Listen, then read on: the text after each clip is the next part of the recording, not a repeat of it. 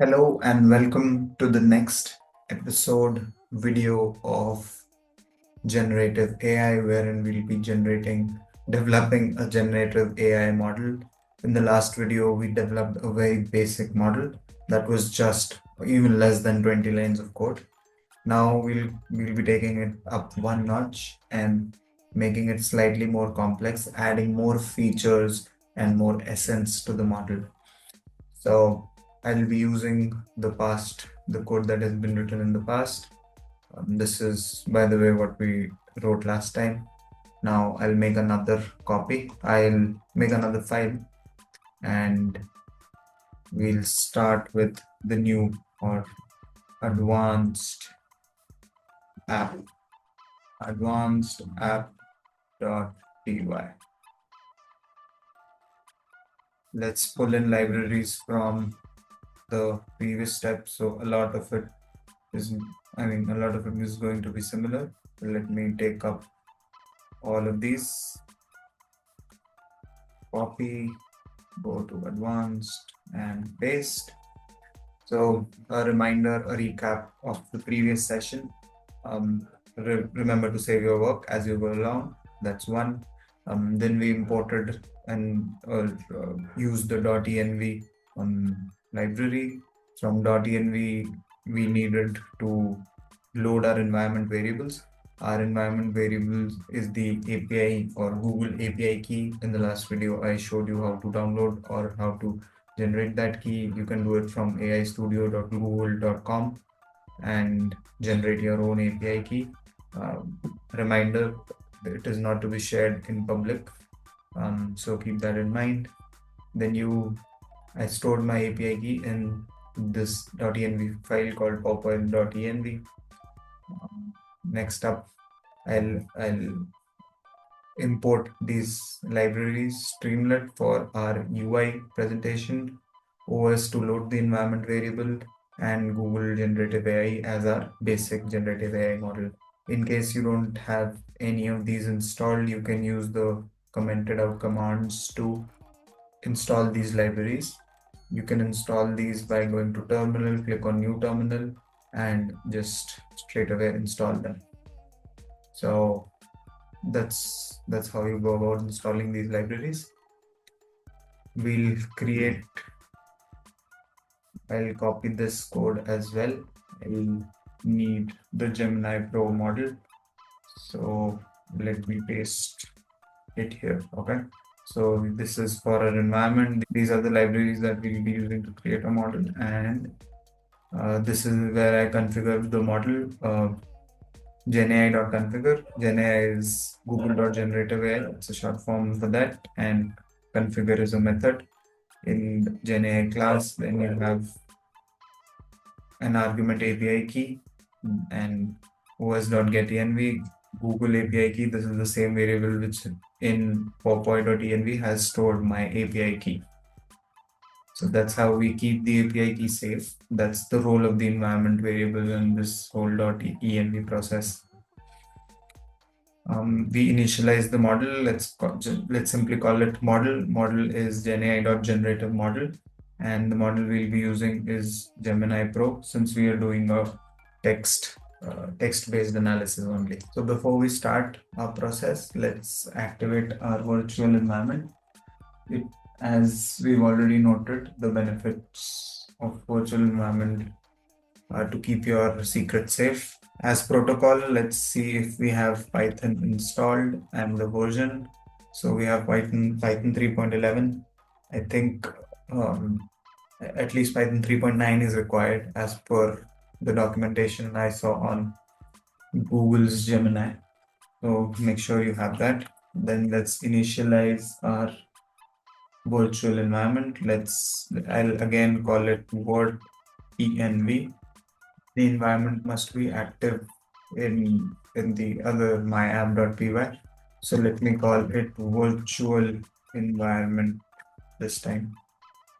And yes, we need another virtual environment. So you notice that another virtual env folder has been created, and within scripts, we'll go inside scripts and activate this environment.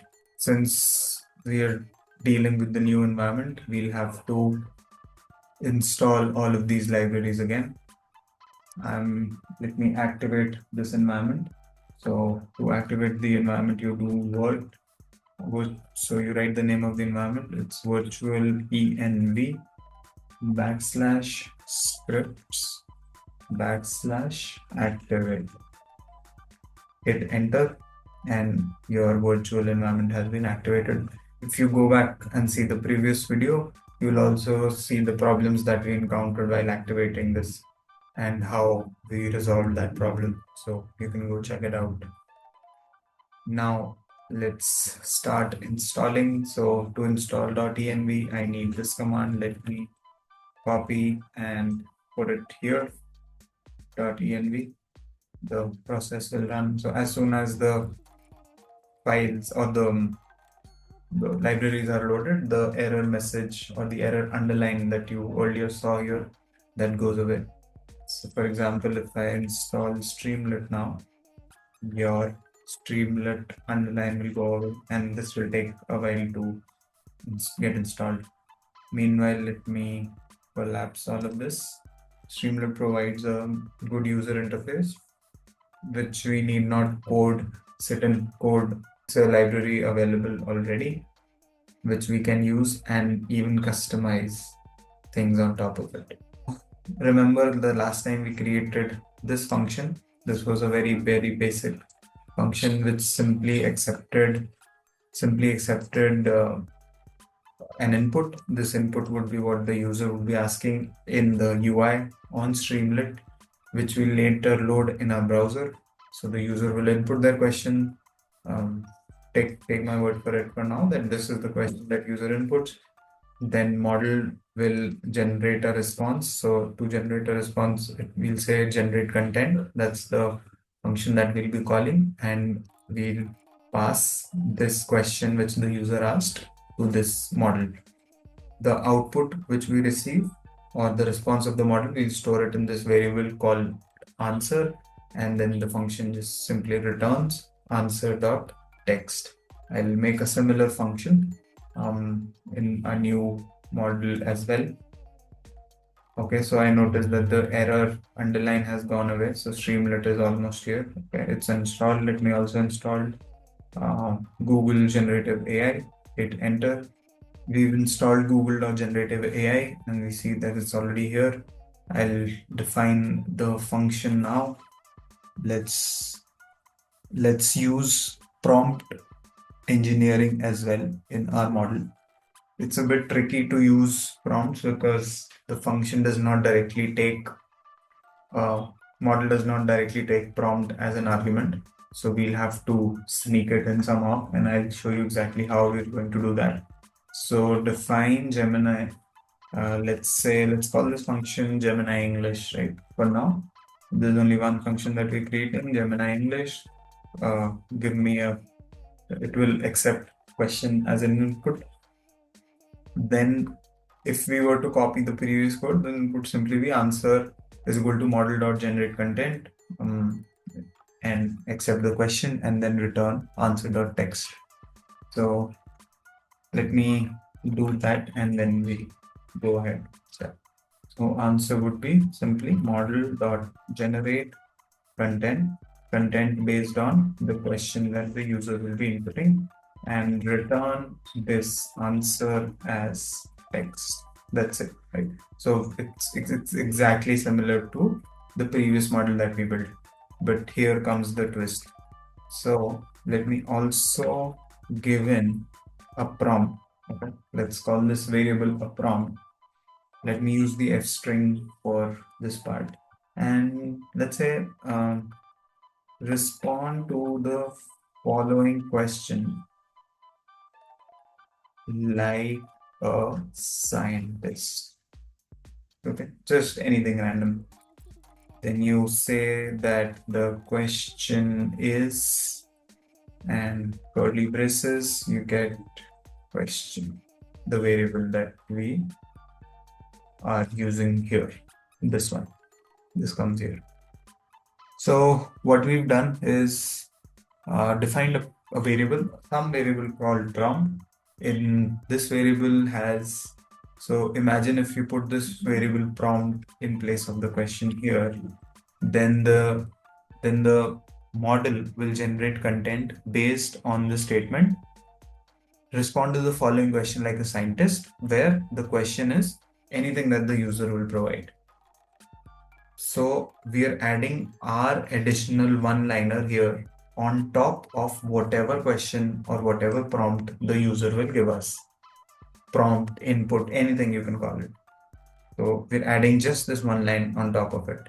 And this just customizes your response. So maybe you want to cater it to a particular field of scientists or science enthusiasts.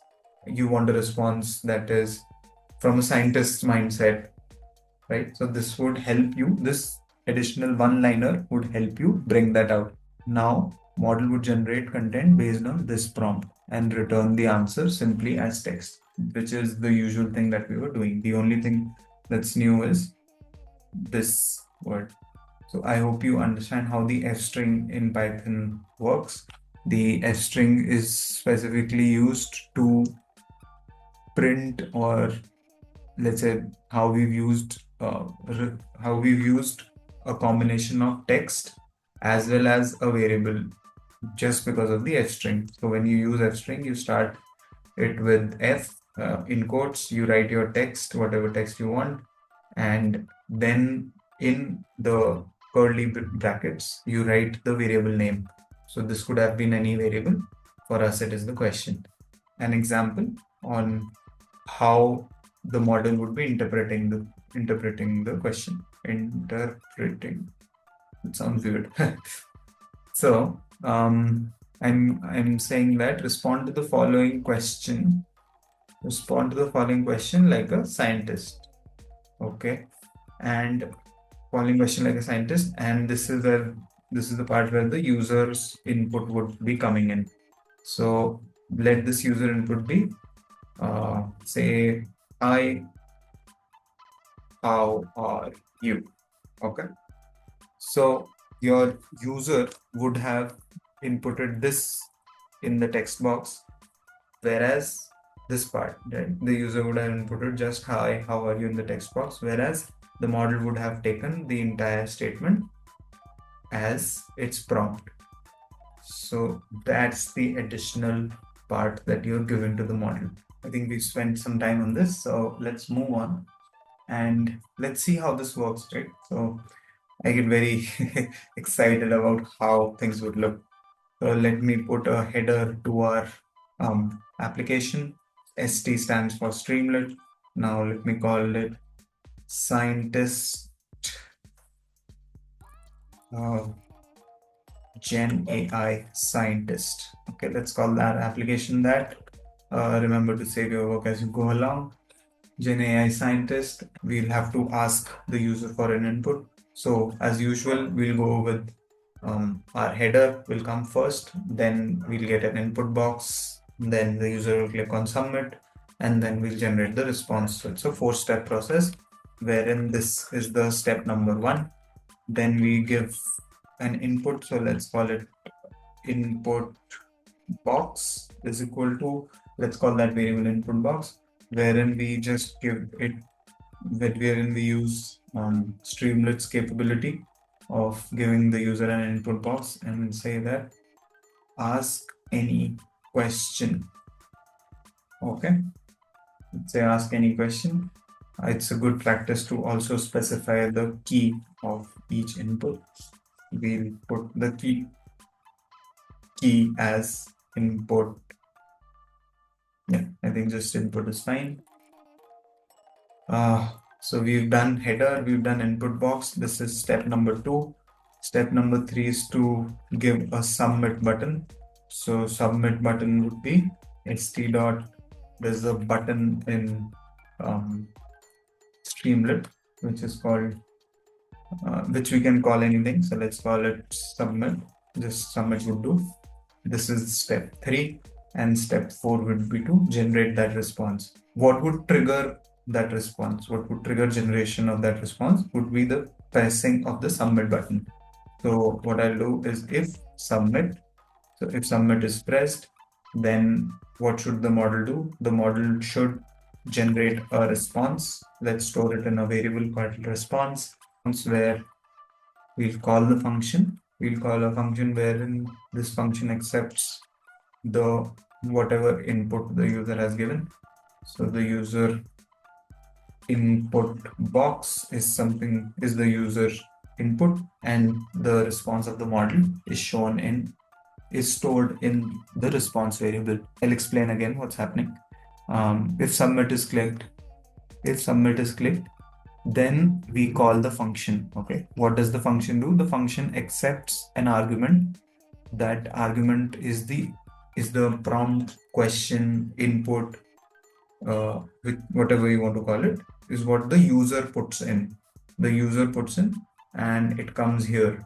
So the next step in the function is there's another variable that gets generated, which simply adds this line of text, this part of text, the one I highlighted, to the question. So had this been hi, how are you, then this would have become, the model would be reading it as this part. So your input is just hi, how are you, but the model reads it as respond to the following question like a scientist, comma, question.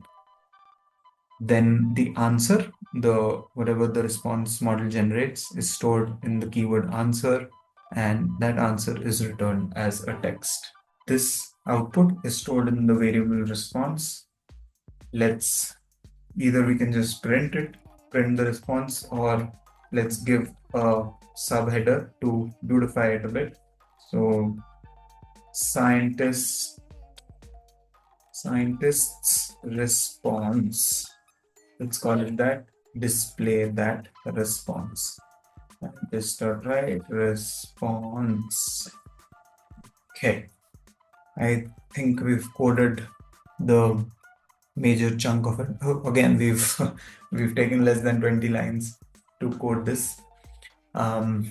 So if you see the difference, right? The only difference, or the major difference between the previous simple model and this model, is that we introduced the ability to give a prompt.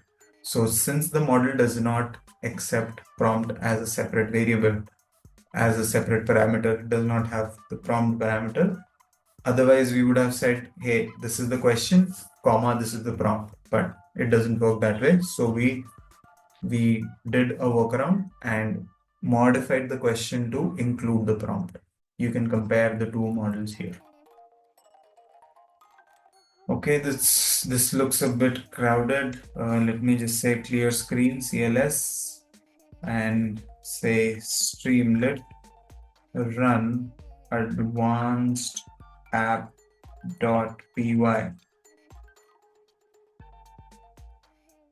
Localhost 8507 will host our streamlit application. It's running. Okay, that's the name of our application, GenAI Scientist. Ask any question. That's what we stated, and let's ask any question. So let's continue with hi, how are you? Let's ask our scientist that. It's running to generate a response. Greetings, I'm in optimal operating condition and experiencing no subjective difficulties. You can see the technical nature that's in this response. So let me say, how far is the sun? And submit. It's running. Average distance from the distance known as astronomical unit, distance is not constant, etc. So you can see how technical the response has gotten. And that's how you train your AI to respond, or your generative AI to respond as a scientist. Now that we've generated this response, we've developed this application which responds like a scientist. Let's say, let's edit it, right? Let's say respond to the following question, like what? Like a footballer. Okay, I'll save it. I'll head back to the application and rerun it. so that it reloads. How far is the sun? Let's see how creative our chatbot is. As a footballer, I'm more focused on the ball and the pitch, but I can tell you that it's pretty darn far away. So you can see how different these responses are, right? We haven't edited this part and this part. So the header and the subheader both say scientist. So it was just to show you that it can function as different personalities. For now, I'll revert it to scientist. Okay. Next step, let's add another thing, right? Let's add another element to it. So what I'll do is add another function here after the Gemini English function, and let's call it Gemini French. Okay.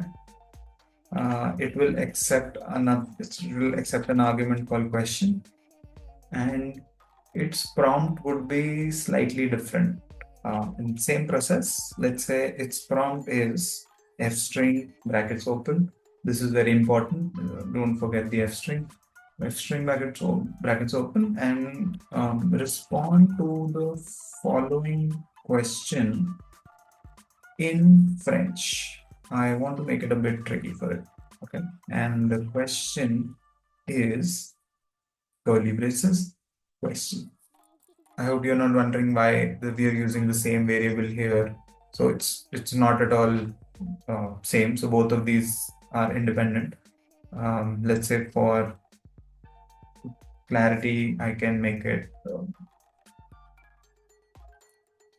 question French. Okay. So because these are parts of different functions, then both of these variables can be same. But let's keep it different for our clarity. Okay. Similar to the previous one, we'll store it in a variable called answer, and again we'll try to work around and generate content based on prompt. Okay, and we'll respond or return answer as text. Okay, excellent. So we have a scientist and we have a Frenchman, and now we'll call both of these functions. Now my idea is to input one question, right? My input box will be the same. Let's say I input one question. Now I want this question to be answered two ways. One is as a scientist and the other is in French. Okay, so one input but two responses at the press of a single button, which is submit. So let's do that. I'll modify the header of my application now. So GenAI French scientist. Okay, let's call it that. GenAI French scientist, ask any question. Let's keep this same. Let's keep the submit button same. This is step 4 when submit is pressed. Response is equal to, so we need, let's say response underscore English will store whatever the Gemini English function returns, and let's call the other response as response underscore French, which is similar to the above line, response French, and it will accept the argument input box. This is the same argument. So this is where we're telling the model that both of you are getting the same argument, which we are obtaining from the user. Subheader, scientist's response. So let's change this to French scientist, although it's not accurate, but let's have it this way. st.write response. Now response is underlined because there's no variable called response, but we have response English. In fact, let's add two subheaders. Let's call this one st.subheader scientist response, and we'll call st.subheader French response. And in this part, we'll say that response French is the function that has to be called. Okay, looks good. The only edit that we've done, the major edits that we've done, is added another function which will respond in French. We've kept the other part same. And also, so after adding this function, we have to dedicate one line of code to call it. So this is where we are calling the function, generating a response, and then we have to show this response, for which we are using st.write response French and adding another subheader for clarity. I think we're good. Let's save this file, head to the browser and click on submit. We've updated the application name here. How far is the sun? And let's see. Okay, distance between Earth and Sun varies. Yeah, looks scientific. And the French response is equal distance. Oh, okay. I don't understand this. Let's use English to French. Or actually, it should be French to English. Enter text. Text is this.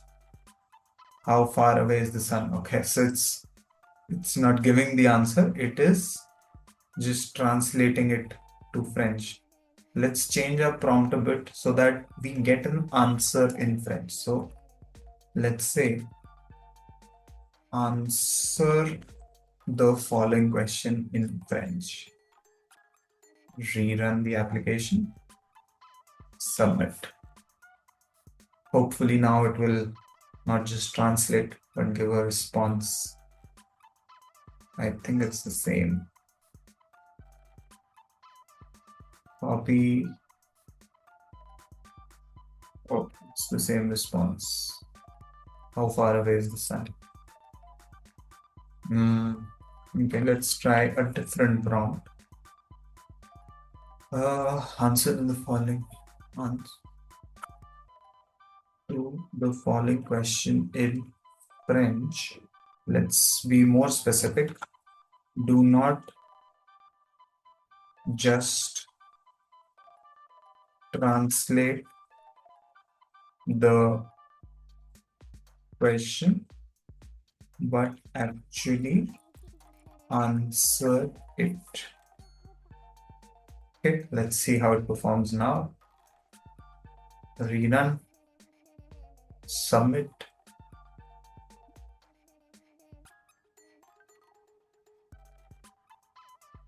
Okay, I think now we have received a definitive response. Let's translate and see what it has to tell us. The sun is about 150 million kilometers from Earth. So we've finally been able to generate a response in French. So this also tells you the power of prompting. The better your prompts are, the more efficient your model will be. This is how your entire code would look like, with both an English scientist as well as a French person answering the prompt. Hope you had fun learning this tutorial. We'll again take it up another notch. Generative AI has just begun. I'll be posting in more videos to help you understand and learn each of these concepts. And if you have any questions, you can put it in the comment box and I'll respond to that. Thank you and see you next time.